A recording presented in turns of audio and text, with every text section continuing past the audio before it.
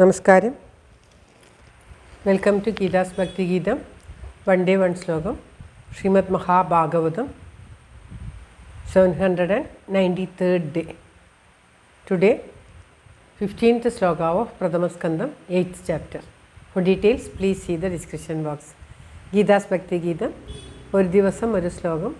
ശ്രീമദ് മഹാഭാഗവതം ഇന്ന് പ്രഥമസ്കന്ധത്തിലെ 8ാം അധ്യായത്തിലെ 15ാമത്തെ ശ്ലോകം. 793 ദിവസം. ഓം നമോ ഭഗവതേ വാസുദേവായ. ഓം ശ്രീകൃഷ്ണ പരമാത്മനേ നമഃ. ഹരിശ്രീ ഗണപതയേ നമഃ. അവിഘ്നമസ്തു ശ്രീ ഗുരുഭ്യോ നമഃ. ഓം തത്സത്. കൃഷ്ണം നാരായണം വന്ദേ കൃഷ്ണം വന്ദേ വ്രജപ്രിയം കൃഷ്ണം ദ്വൈപായനം വന്ദേ കൃഷ്ണം വന്ദേ പൃഥാസുതം.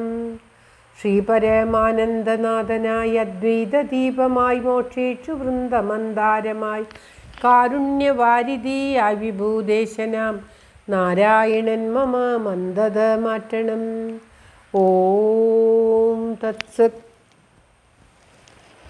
ശ്രീമദ് മഹാഭാഗവതം പ്രഥമസ്കന്ധത്തിലെ 8ാം അധ്യായത്തിലെ 15ാമത്തെ ശ്ലോകം.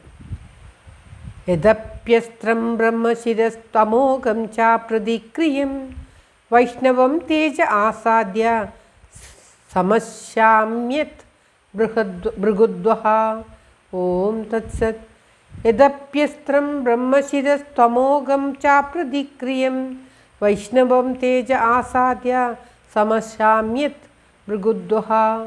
ഓം തത്സത്. പദം പിരിക്കേണ്ടത് യദ് അഭി യദി അഭി യദ് അഭി യദപ്യസ്ത്രം എന്നുള്ളത് യദ് അഭി അസ്ത്രം.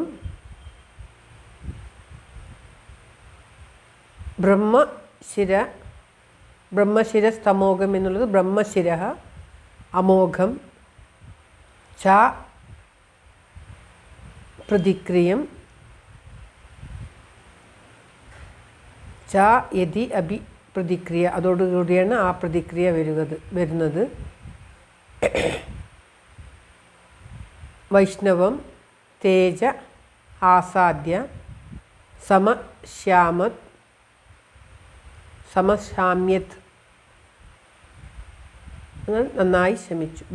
ഭൃഗുദ്വഹ ഭൃഗുവിൻ മഹർഷിയുടെ കുലത്തിൽ ജനിച്ചവരിൽ വെച്ചിട്ട് ശ്രേഷ്ഠനായിട്ടുള്ളവനെ. അത് ശൗനകാദിയെയാണ് ഇവിടെ അങ്ങനെ പരാമർശിക്കുന്നത്. ഭൃഗുദ്വഹ, ഹേ ഭൃഗു മഹർഷിയുടെ കുലത്തിൽ ജനിച്ചവരിൽ വെച്ച് ശ്രേഷ്ഠനായിട്ടുള്ളവനെ.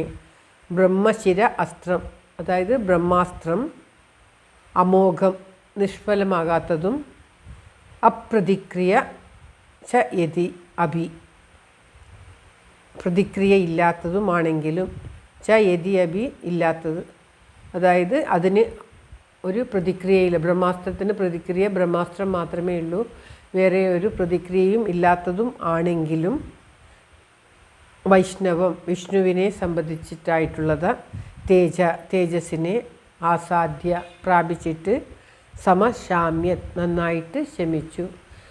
ഭഗവാന്റെ സുദർശനമാണ് ഇവിടെ ബ്രഹ്മാസ്ത്രത്തിന് എതിരായിട്ട് ഭഗവാൻ പ്രയോഗിച്ചത്. ബ്രഹ്മാസ്ത്രത്തിന് ബ്രഹ്മാസ്ത്രം മാത്രമാണ് പ്രതിക്രിയയായിട്ടുള്ളത്.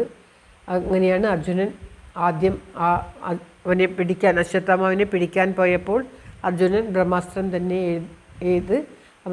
അവൻ ആ അശ്വത്ഥാമാവ് അയച്ച ബ്രഹ്മാസ്ത്രത്തെ തൻ്റെ ബ്രഹ്മാസ്ത്രം കൊണ്ട് ശമിപ്പിക്കുകയാണ് ശ്രീകൃഷ്ണ ഭഗവാന്റെ ഉപദേശപ്രകാരം. പക്ഷേ ഇവിടെ ശ്രീകൃഷ്ണ ഭഗവാൻ തൻ്റെ സുദർശന ചക്രത്തെ അയക്കുകയാണ് ഉണ്ടായത്.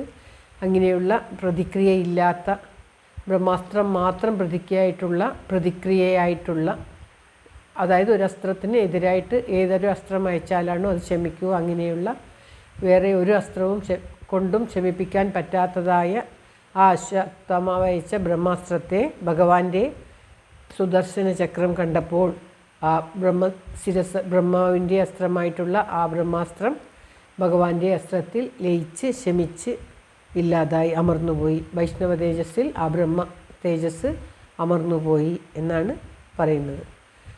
മുനിശ്രേഷ്ഠനായിട്ടുള്ള ശൗനക അന്യാസ്ത്രത്തിനെ കൊണ്ട് തടുക്കുവാൻ കഴിയാത്തതായതും ഒരിക്കലും വ്യർത്ഥമാകാത്തതുമാണ് ബ്രഹ്മാസ്ത്രം.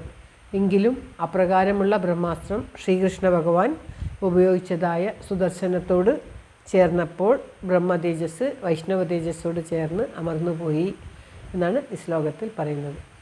വീണ്ടും വീണ്ടും ഒരേ അർത്ഥം തന്നെയാണ് പറയുന്നത്. ശ്ലോകം ഒരിക്കൽ കൂടി. യദപ്യസ്ത്രം ബ്രഹ്മശിരസ്തമോകം ചാപ്രതിക്രിയം വൈഷ്ണവം തേജ ആസാദ്യ സമശാമ്യത് ഭൃഗുദ്വഹ. ഓം തത്സത്. സർവത്ര ഗോവിന്ദനാമ സങ്കീർത്തനം. ഗോവിന്ദ ഗോവിന്ദ. എല്ലാവരുടെയും നന്മയ്ക്കും ആയുരാരോഗ്യ സൗഖ്യത്തിനുമായി പ്രാർത്ഥിച്ചുകൊണ്ട് ഈ ശ്ലോകം ഭഗവാന്റെ തൃക്കാൽക്ക് സമർപ്പിക്കുന്നു. Geetha Rajan. Thank you for watching. All the best. Have A very very nice day. God bless you. ദൈവം അനുഗ്രഹിക്കട്ടെ. എല്ലാവർക്കും എല്ലാവിധ ആയുരാരോഗ്യ സൗഖ്യവും നന്മയും ഉണ്ടാകട്ടെ. ഓം തത്സത്.